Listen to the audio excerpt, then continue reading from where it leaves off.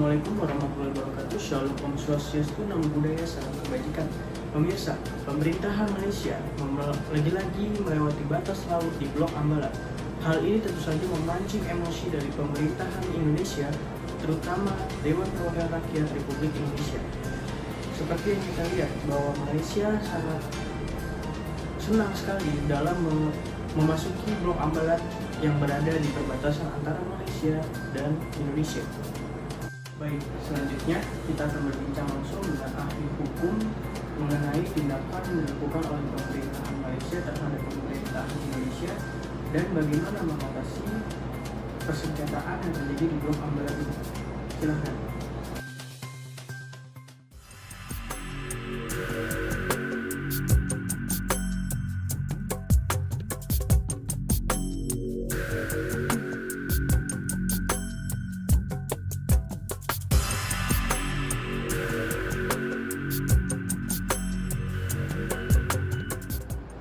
Assalamualaikum warahmatullahi wabarakatuh. Shalom, Om Swastiastu, Namo Buddhaya, salam kebajikan. Salam sejahtera untuk kita semua. Izin memperkenalkan diri, nama saya Muhammad Aditya Rizky Pratama dengan NIM 1810611222. Saya adalah mahasiswa Fakultas Hukum UPN Veteran Jakarta, di mana pada kesempatan kali ini saya akan membahas mengenai mata kuliah hukum laut dan mengenai tema sengketa di Blok Ambalat ditinjau dari hukum laut. Dan pada kesempatan kali ini mata kuliah saya diempu oleh Ibu Dian Khairawati Pratiwi, SHMH, dan Dr.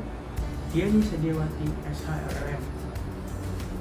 Nah, sebelum kita mulai, teman-teman ada yang tahu nggak sih apa yang terjadi di Blok Ambalat? Ya, benar sekali.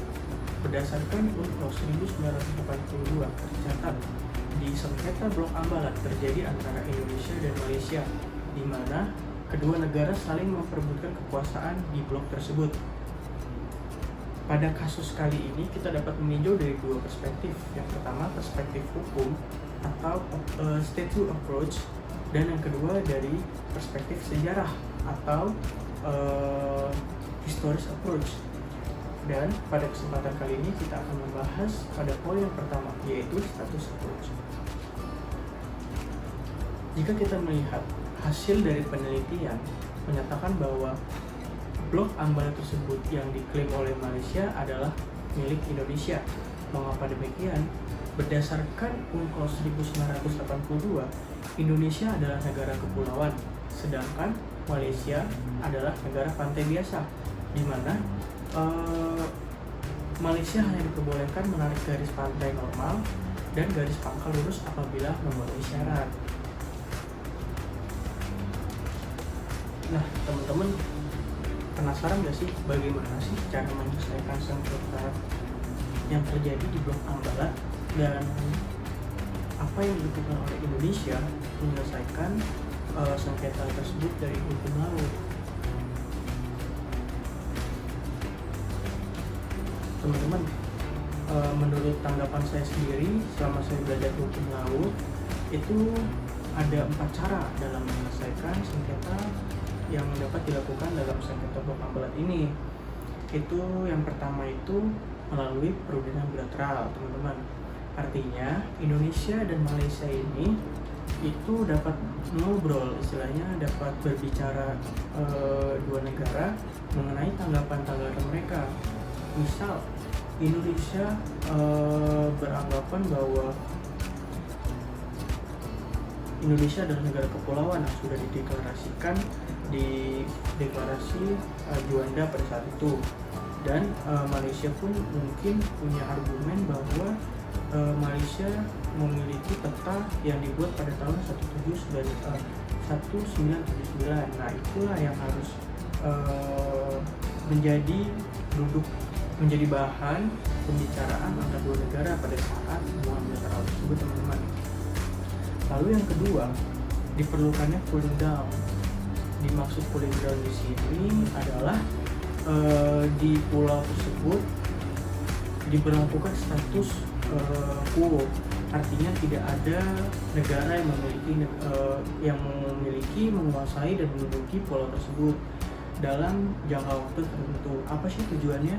Nih, tujuannya itu untuk meredam emosi antar dua belah negara, sehingga dalam menyelesaikan sengketa itu kita dapat menggunakan kepala dingin, berbicara dan mengobrol antar dua belah negara.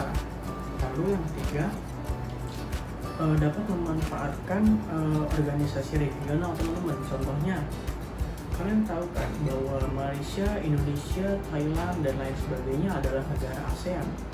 Nah, dalam kesempatan kali ini, pada saat pertemuan antara ASEAN itu dapat dibahas teman-teman. Saya yakin kenapa Malaysia bakal takut jika dibahas di Pulau ASEAN, karena tindakan yang dilakukan oleh Malaysia tersebut dengan mengeluarkan peta 1979 tersebut dapat merugikan negara lain, tidak hanya Indonesia, yaitu ada Filipina, ada Thailand, ada Vietnam, yang mana batas negara mereka pun juga diambil, dan ini tentu keuntungan buat Indonesia untuk menyelesaikan kasus Ambala, teman-teman. Nah, lalu yang keempat adalah membawa kasus ini ke Mahkamah Internasional atau MI sebagai langkah non-political legal solution. Mungkin ada keengganan Indonesia untuk membawa kasus MI ini kasus Blok Ambala ini kepada Mahkamah Internasional. Tetapi jika Indonesia mampu menunjukkan bukti yuridis dan fakta-fakta yang kuat, peluang Indonesia memiliki dan menguasai Pulau Ambala tersebut sangat cukup, dan Indonesia bakal mampu untuk meraih kekuasaan di Pulau Ambala tersebut, teman-teman. Dan menurut saya Indonesia ini diunggulkan dengan dua pasal, teman-teman. Yang pertama ini adalah pasal 46, di mana dalam UNCLOS itu dikatakan bahwa Indonesia adalah negara kepulauan. Indonesia berhak menarik garis pangkal dari pulau terluar, sehingga atas dasar yuridis itulah Indonesia berhak atas kepemilikan Blok Ambala. Dan di pasal 121 UNCLOS bahwa setiap pulau-pulau terluar Indonesia itu berhak memiliki laut teritorialnya. Jadi di Pulau Ambala itu kita memiliki ZEE, laut kontinental dan lain sebagainya, teman-teman. Nah, keempat cara tadilah yang dapat digunakan dalam penyelesaian sengketa ditinjau dari hukum laut, teman-teman. Kalian tahu nggak sih, ternyata dalam hukum laut, dalam UNCLOS tersebut, jika terjadi sengketa antara kedua belah negara harus diselesaikan dengan cara damai. Oleh karena itulah saya menarik garis lurus dari keempat poin tadi, bahwa dapat menyelesaikan sengketa antara Indonesia dan Malaysia. Itu tanggapan dari saya. Sekian dan terima kasih.